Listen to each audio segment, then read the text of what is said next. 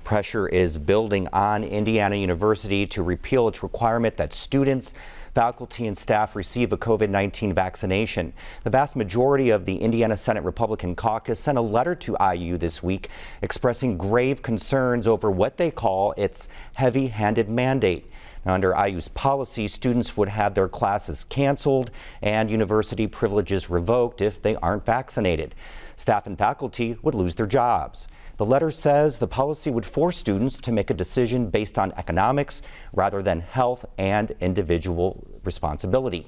State Attorney General Todd Rokita says the policy violates a new state law banning governments from requiring so-called COVID passports. We're joined now by Indiana University Professor of Law Jody Madeira for more on the issue. Hello, Professor. You know, the disagreement over IU's vaccine policy seems to center around whether IU is a government institution or not. But, you know, I would imagine the university took a long look at any type of legal challenges before issuing its policy, right? Yes, I'm sure that it did, because our IU council team here, they're among the best. I know them well, and they're very on top of it. You know, at this time, there is a legitimate legal dispute, I think, about whether Indiana University is considered a state entity and to what extent.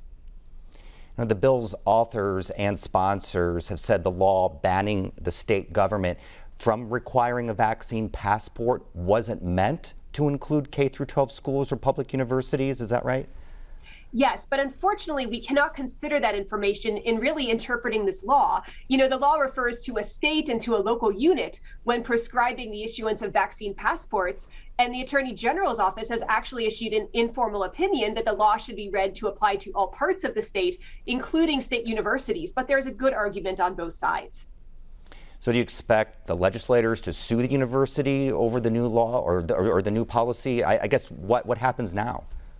Well, I think the legislators could very well try to sue, because this is a dispute that needs to be resolved. You know, and on the one hand, state universities benefit from sovereign immunity, the inability to be sued like many other state agencies.